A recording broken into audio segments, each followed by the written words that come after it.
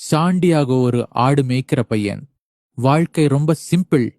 ஆடு மேய்ச்சிட்டு ஊர் ஊரா சுத்திட்டு யாரும் கட்டுப்படுத்தாத வாழ்க்கை அவனுக்கு பிடிக்கும். பள்ளிக்கூடம் போகல.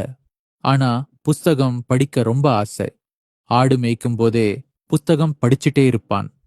ஒரே இடத்துல நின்னுட்டு வாழ்றது அவனுக்கு சுத்தமா பிடிக்காது. பயணம் பண்ணணும், புதுசு புதுசா பார்க்கணும்னு அவன் மனசு எப்பவும் ஆசைப்படும். ஒரு நாள் பழைய தேவாலய இடிபாடுல ஆடுகள் எல்லாம் தூங்கும் போது சாண்டியாகோவும் தூங்குறான். அப்போ அவனுக்கு ஒரு விசித்திரமான கனவு வருது. அந்த கனவுல எகிப்துல இருக்கிற பைரமிட்ஸ் பக்கத்துல ஒரு புதையல் இருக்கு. அத கண்டுபிடிச்சா அவன் வாழ்க்கை மாறும்னு ஒரு குழந்தை சொல்ற மாதிரி இருக்கும்.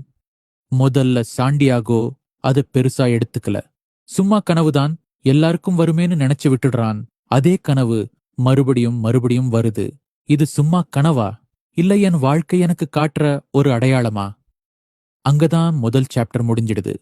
இந்த சாப்டர் நமக்கு சொல்ற மெசேஜ் என்னன்னா, உனக்கு திரும்ப திரும்ப வர்ற ஆசை, உன் மனசுக்குள்ள விடாம வர்ற கனவு, அது சும்மா இல்ல, அது உன் வாழ்க்கை உன்னை எங்க கொண்டு போகணும்னு சொல்ற ஒரு அழைப்பா கூட இருக்கலாம்.